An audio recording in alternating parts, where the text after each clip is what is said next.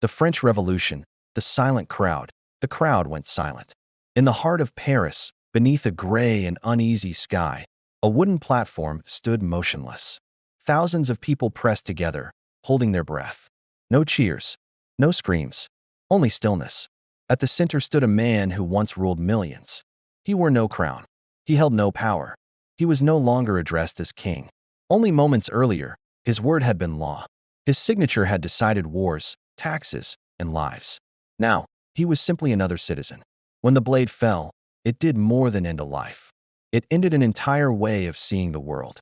For centuries, kings had ruled by divine right. Their authority was believed to come from God himself. To question a king was to question the natural order. But on that day, in Paris, the unthinkable became reality. A king was judged. A king was condemned. A king was executed by his own people. History crossed a line it could never return from. But this moment was not the beginning. It was the result. To understand how France reached this point, we must go back, years before the silence, before the fear, before the fall. A strong kingdom on the surface. Years earlier, France appeared powerful. From the outside, it was one of Europe's greatest kingdoms. Its army was large and respected. Its cities were alive with art, music, and culture. Palaces like Versailles dazzled visitors from across the world. France was rich in land, history, and influence. At its center sat a king who ruled by birthright. But beneath the beauty, beneath the gold and stone, the nation was under strain. The system that had held France together for centuries was beginning to crack. Most people could not see it from the palace halls, but they felt it in their homes. A kingdom of unequal lives. French society was divided into three groups. The first estate was the clergy. The second estate was the nobility. The third estate was everyone else. The third estate made up the vast majority of the population. Farmers who worked the land, laborers who built cities, merchants who kept trade alive, families who struggled to survive. They paid most of the taxes. They carried the heaviest burdens. They had the least political power. The clergy and nobility lived differently. They owned land. They held influence. They paid little in taxes and answered to almost no one. This system had existed for generations. For centuries, it had been accepted as normal, until daily life made it impossible to ignore the weight of hunger. Then came hunger. Poor harvests struck France repeatedly. Crops failed. Bread prices rose beyond reach. Food shortages became common. Bread was not a luxury. It was survival. Parents skipped meals so their children could eat. Long lines formed outside bakeries before dawn. Tempers flared. Fear grew. At the same time, stories circulated. Lavish banquets at royal palaces. Tables filled with food. Music echoing through grand halls. Whether these stories were exaggerated mattered less than how they felt. The distance between rulers and the ruled seemed wider than ever before.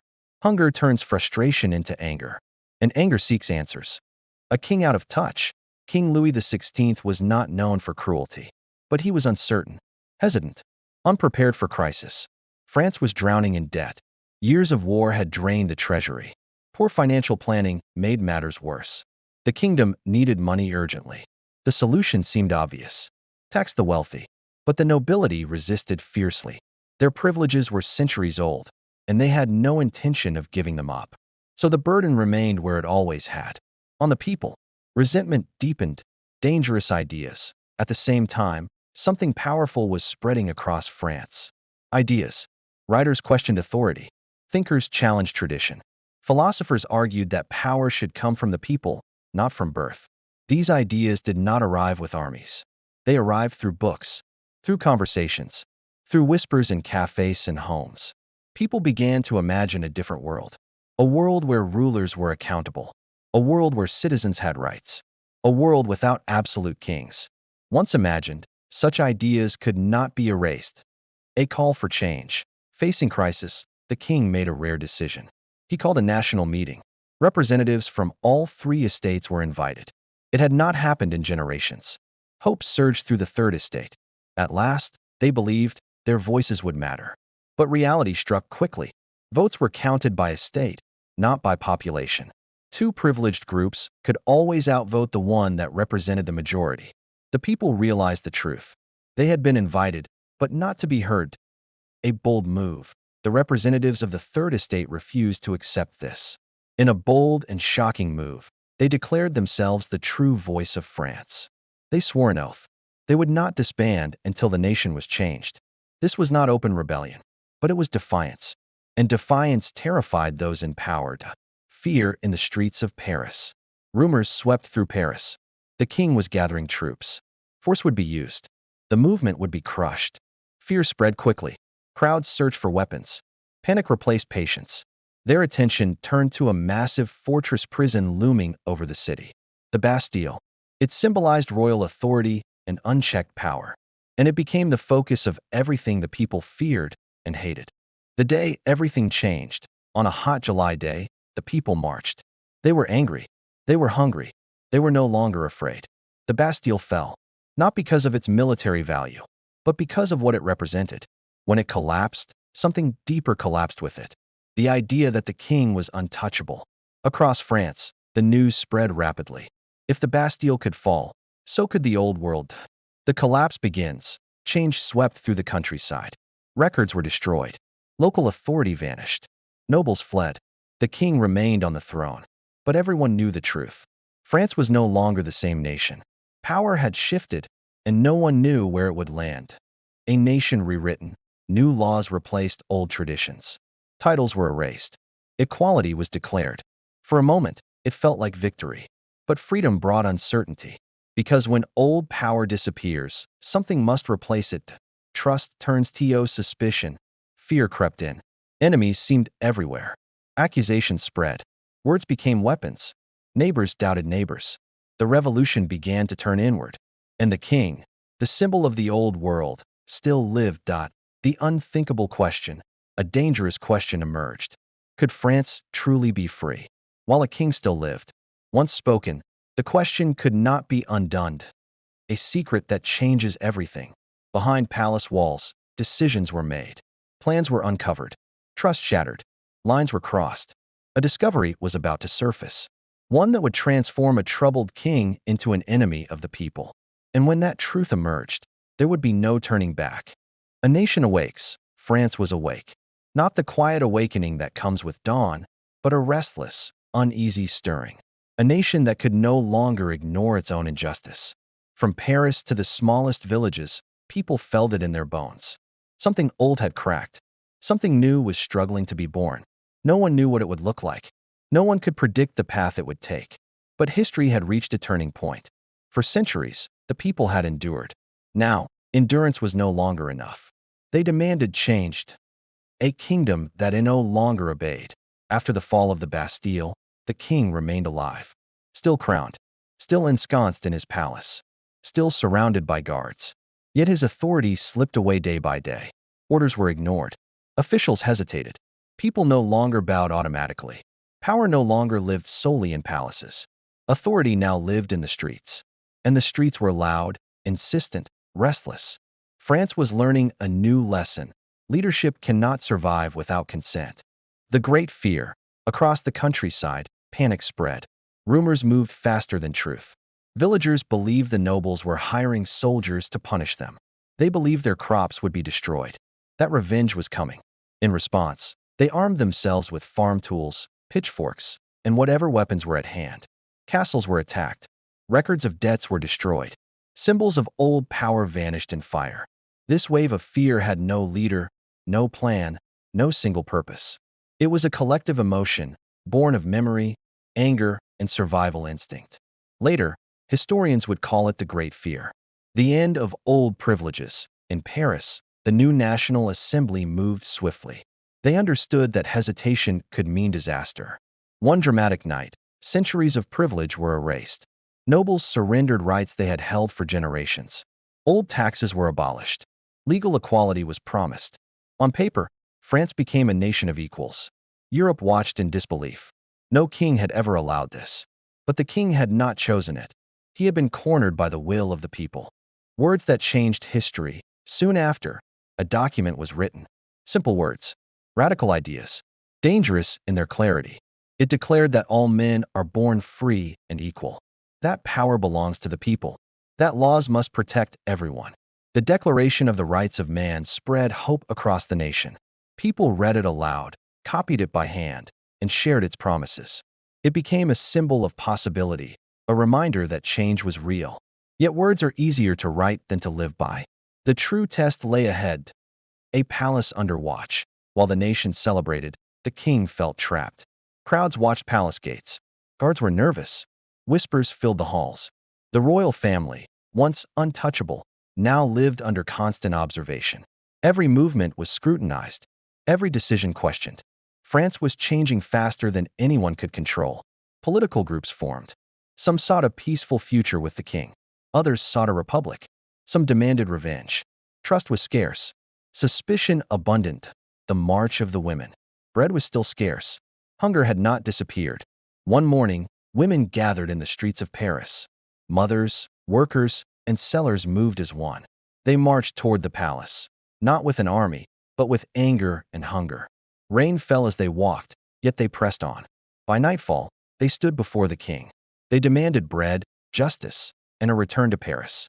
The monarchy had no choice. The royal family was dragged into the city. Power had shifted, once again, from palace to people. A king in a cage. From that day forward, the king lived under constant watch. Every word observed, every action judged, every silence suspicious. France was changing faster than anyone could control. Political factions multiplied. Some hoped to preserve the monarchy. Some demanded a republic. Others sought personal gain. The revolution was no longer a distant idea. It was present, alive, and unpredictable. Friends become enemies. As fear spread, the revolution began to divide itself. Speeches became harsher. Debates dangerous. Labels replaced names. To dissent was to invite suspicion. To stay quiet was to appear guilty. Fear became a tool, and one that could be wielded by anyone. Trust eroded. Relationships strained. Communities questioned loyalties. The revolution was both protector and predator. The secret plan, behind palace doors, the royal family made a desperate choice. They could not survive in Paris. They needed safety, support, power. A plan was drawn, an escape, secret and careful. But in their very caution lay its weakness. One mistake, one recognition, one moment of misfortune could undo it all. And it did. The night of escape. Under the cover of darkness, the royal family fled. Disguised, silent, hopeful. For a brief moment, success seemed possible.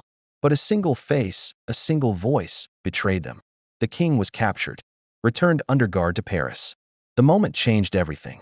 Support for the monarchy collapsed. Doubt turned into certainty. The king was no longer with the people. He was against them. Enemies everywhere. France felt surrounded. Foreign monarchs watched closely. Some promised armies. Others plotted support. Inside France, panic returned. Loyalty was questioned. Trust became rare. The revolution hardened. Mercy became scarce. The stakes grew higher. No one could remain neutral. A dangerous question returns. The question that had haunted France since the fall of the Bastille returned with a vengeance. Can a revolution survive with a king? The answer was approaching, and it would not be gentle. War had begun. Both inside and outside the nation, fear reached its peak. Laws hardened. Punishments became swift. Suspicion became deadly. The revolution demanded loyalty or silenced. The king on trial. The unthinkable happened. The king was put on trial, not as a ruler, but as a citizen. Charges were serious: betrayal, conspiracy, crimes against the nation. The nation and the world watched. History held its breath. A vote that changed the world. The vote was close. Painfully close. But when it was announced, the verdict was final. The king would die. France believed this would restore order. Instead, it opened a door to fear, to bloodshed, and to a revolution far more dangerous than the monarchy itself. If a king could fall, anyone could. In the silence after the verdict, one truth became clear. The revolution was no longer fighting the past. It was fighting itself. A city quieted by fear. Paris no longer celebrated. The city whispered. Doors closed earlier. Windows stayed dark. Voices inside homes grew softer, cautious. The king was gone, not removed temporarily, not exiled, but gone forever. France had crossed a line that no nation had crossed before. And on the other side of that line, nothing felt safe anymore. The revolution had promised freedom. Yet, with the promise came a demand for obedience. Every citizen was now aware that the new rules were severe, and that vigilance would be required to survive. A republic born in tension, France declared itself a republic.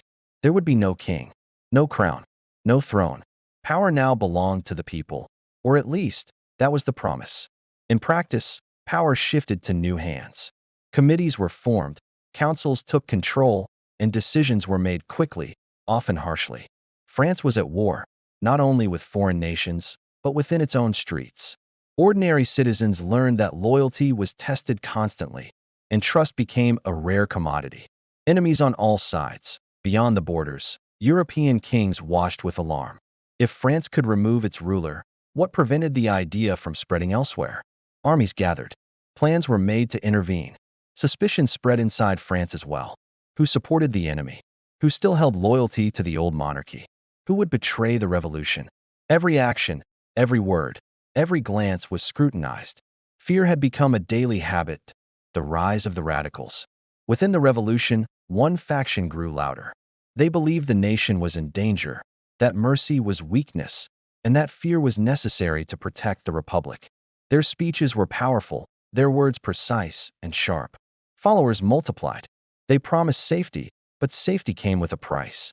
Compliance, vigilance, submission. The movement that had begun as hope was now shaping itself through control and discipline. Laws of fear. New laws were passed to enforce order. Suspicions alone could lead to arrest. Evidence was secondary. Accusation became sufficient. Neighbors watched neighbors. Friends watched friends. Silence became suspicious. People learned to navigate their lives carefully, speaking only when necessary and listening always. Public order was maintained, but at a high social cost. Fear had replaced trust. Paris changes. Public spaces, once vibrant with debate and celebration, now radiated tension. Crowds gathered daily to hear news and witness public demonstrations of authority. Names were whispered. Individuals disappeared. The revolution that had inspired hope now inspired caution, uncertainty, and fear. And fear moved faster than hope ever could. The committee takes power. A small group emerged as the rulers of France. They called themselves protectors of the revolution. They worked tirelessly, monitored everything, and trusted no one. Their mission was simple: save the revolution at all costs, even if that cost was the humanity of ordinary citizens. Efficiency became the guiding principle, and speed replaced deliberation. Justice becomes speed. Trials were brief. Defenses were weak. Verdicts came fast. The idea was efficiency, but the result was terror. People disappeared from their homes. Families waited for answers that never came. Names vanished from records. The nation grew quiet in a new, uneasy way. Public compliance was enforced by fear rather than persuasion. The crowd watches. Public demonstrations of justice were meant to educate, warn, and control. Crowds gathered to observe, unsure how to respond. Some cheered, some cried, some stood in silent fear. Through spectacle, the revolution reinforced its authority. Fear ruled both sides of the street, shaping behavior, opinions, and survival. A leader in the spotlight, one man rose as the voice of the revolution. Calm, precise, unyielding. He spoke of virtue, justice, and necessity. He believed that fear was temporary and that it would save France. Many listened, many followed. The nation looked to him for guidance, and his words shaped not only policy, but the very mood of Paris. His vision was clear: order through discipline, control through vigilance. The revolution turns inward. Soon, the revolution consumed its own leaders. Alliances shattered. Yesterday's heroes became today's suspects. Power shifted rapidly. Decisions were made quickly, and suspicion spread. No one, not even those at the top, felt secure. The logic of fear applied equally to all, leaving France in a state of constant uncertainty. A nation exhausted. Outside Paris, the countryside struggled. War drained resources. Food became scarce again. Families were exhausted. The population had wanted change, but they had not anticipated an endless cycle of fear and suspicion. The dream of liberty felt distant. Daily life was shaped less by law than by caution, observation, and the hope of survival. Cracks in the system, quiet doubts emerged. Was this still freedom? Was this justice? Was this the revolution they had hoped for? Asking these questions aloud was dangerous. Silence became survival. Thought itself became measured. The nation was trapped between ideals and reality, unsure if they could reconcile the two. Fear reaches its peak. Accusations multiplied. Arrests accelerated. Trust eroded. Even loyal revolutionaries felt the weight of scrutiny. Lines between ally and enemy blurred. Every word, every gesture, every interaction became a test. No one knew where the line was, or if a line even existed. The nation was suspended in tension. The unthinkable happens again.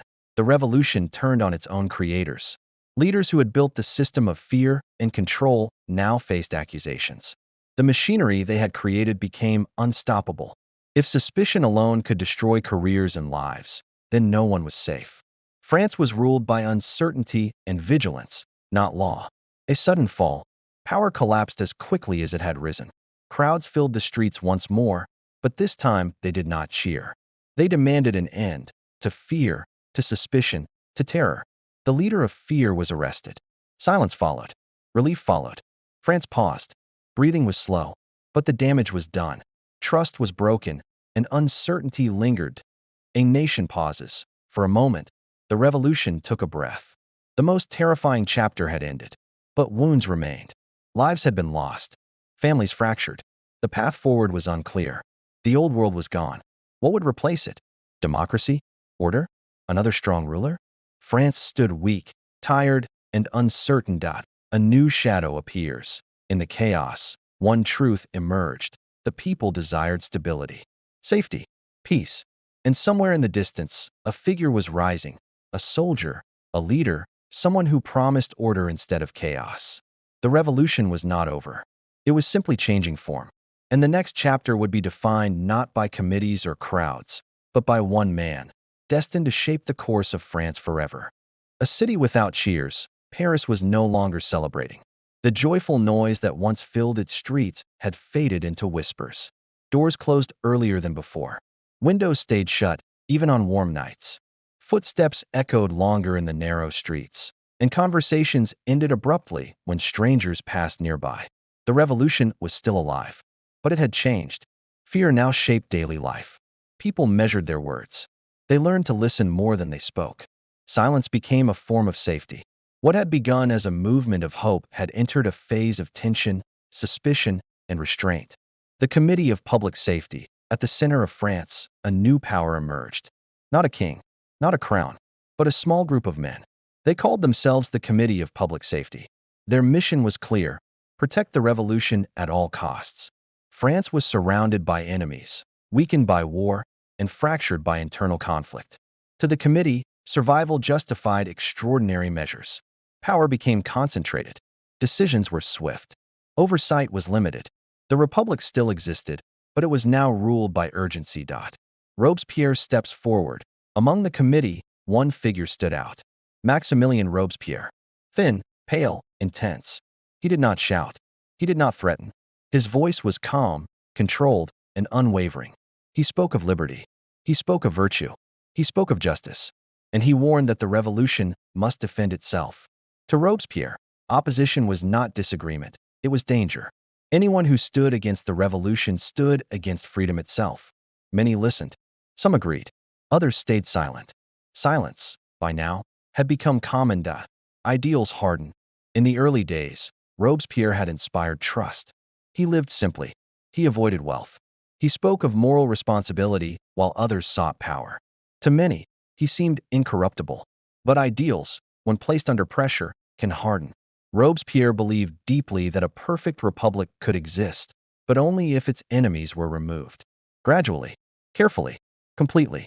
The revolution, in his mind, could not survive compromised. The law changes. The laws of France shifted. Trials became shorter. Evidence mattered less. Accusations carried new weight.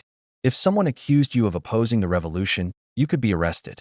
If you defended yourself too strongly, it raised suspicion. If you remained silent, that too was suspicious. Legal protections weakened. Speed replaced caution.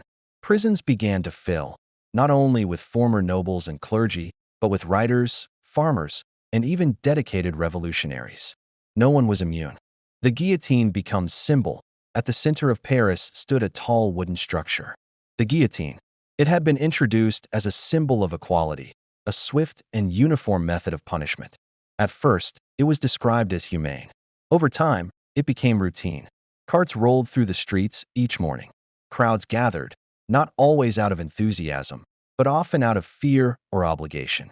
The machine became a reminder. The revolution was watching. With each passing day, the emotional distance between citizens and the state grew wider. The fall of Danton. Then, a familiar name appeared. Georges Danton, a leading figure of the revolution, a powerful speaker, a man who had helped dismantle the monarchy. Danton had grown weary. He began to question the direction of the revolution. He warned that fear was replacing justice. To question was dangerous. Robespierre did not debate him. He accused him. Danton was arrested, tried, and condemned. When he faced the end, his warning echoed through history. The revolution, he said, was consuming itself. After his death, the city grew quieter still. No one is safe. After Danton's fall, no one felt secure. Members of the assembly watched one another closely. Conversations were brief. Meetings became cautious. Fear was no longer temporary. It was structural.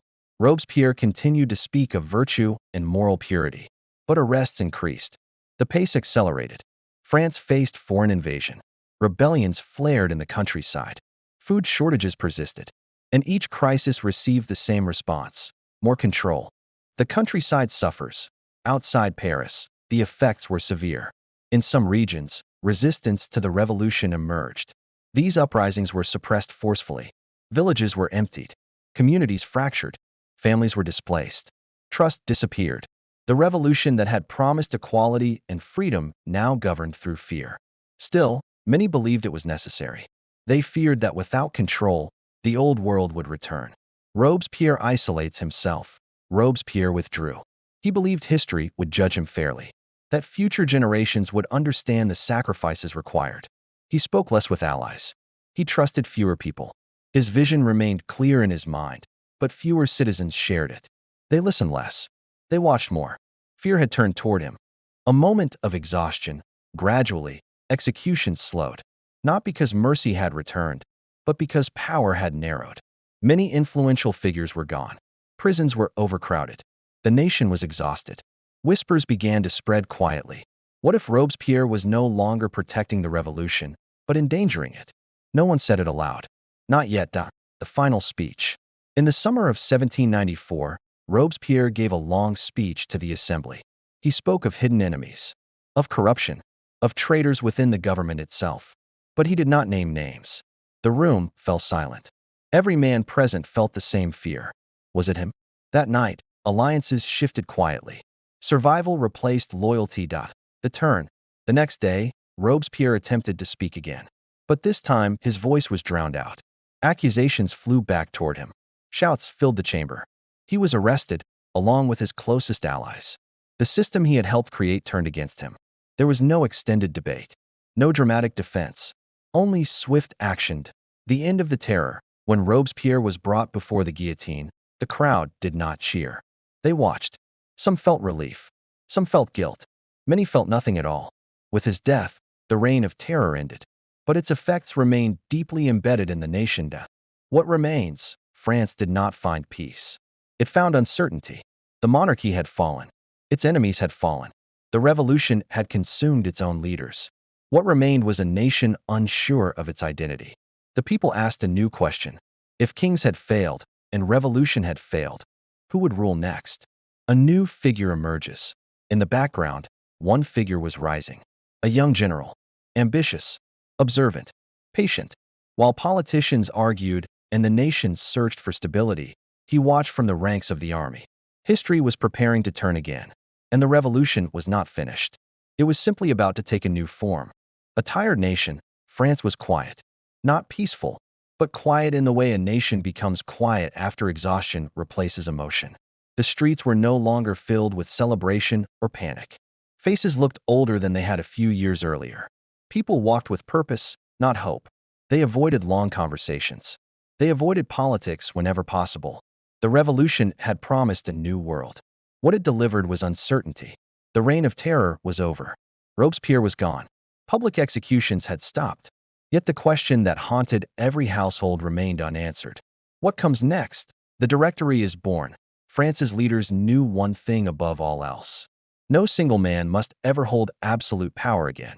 So they created a new system of government called the Directory. 5 men would rule together. Decisions would be shared.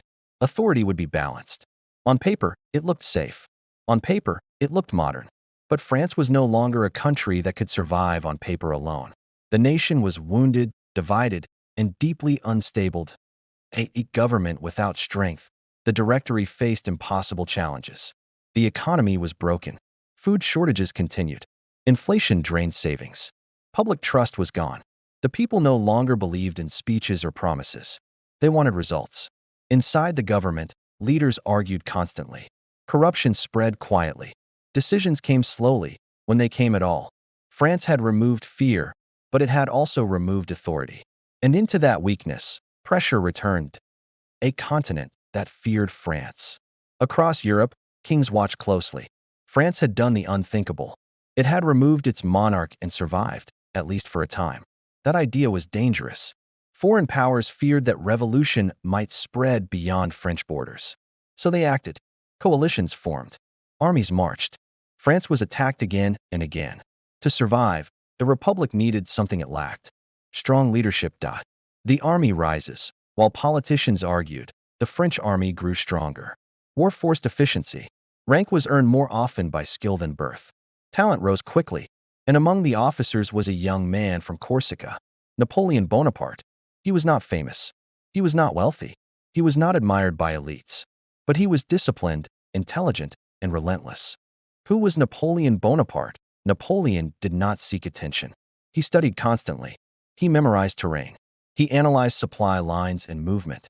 While others spoke of ideals, Napoleon focused on outcomes. He believed in order. He believed in efficiency. He believed in victory. And on the battlefield, those beliefs worked. Victory builds trust. Napoleon won battles others thought impossible. He moved quickly. He surprised enemies. He inspired loyalty among soldiers. Each victory did more than protect France. It restored confidence. For the first time since the revolution began, people believed someone was in control. Napoleon's name spread faster than government decrees. The people trusted him, more than they trusted the Directory. The Directory grows afraid. The leaders of France noticed. Napoleon's popularity worried them. His influence felt dangerous.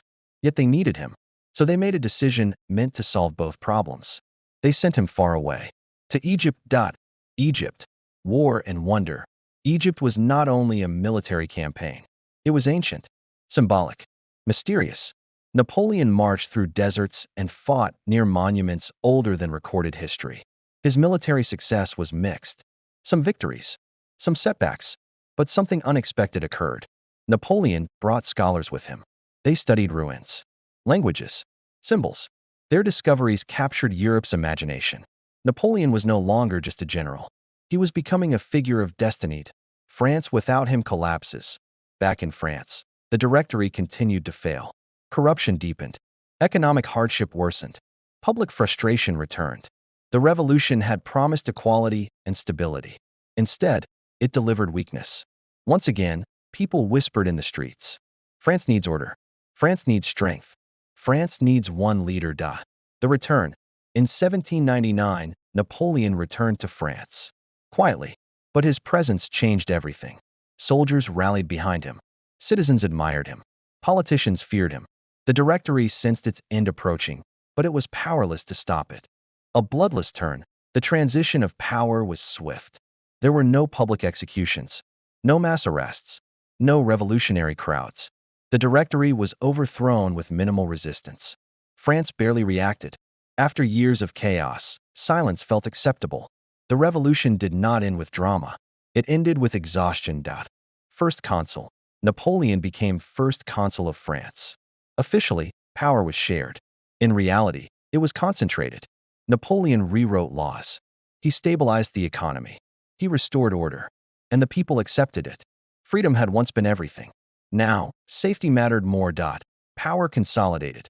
Year by year, Napoleon's authority grew. Institutions bent around him. Opposition faded. Stability returned. France was no longer revolutionary. It was organized. And then, in 1804, Napoleon made his final move. an emperor is made. Napoleon crowned himself emperor of the French. Not chosen by God, not born into royalty. He placed the crown on his own head. The revolution that had destroyed a king had created another. But this one rose from war, not tradition. What the revolution left behind. The French Revolution came full circle. It began with hope. It rose with anger. It burned with fear. It ended with control. It failed to build a perfect world, but it changed history forever. Kings learned they were not untouchable. Citizens learned power could fall. Ideas crossed borders and survived defeat. The echoes of revolution. France would never be the same. Neither would the world. The revolution did not die. It transformed. Its lessons, its warnings, and its unanswered questions continued forward into laws, protests, and movements yet to come. History moved on, but it carried the memory with it. Because once people have seen a king fall, they never forget that it was possible.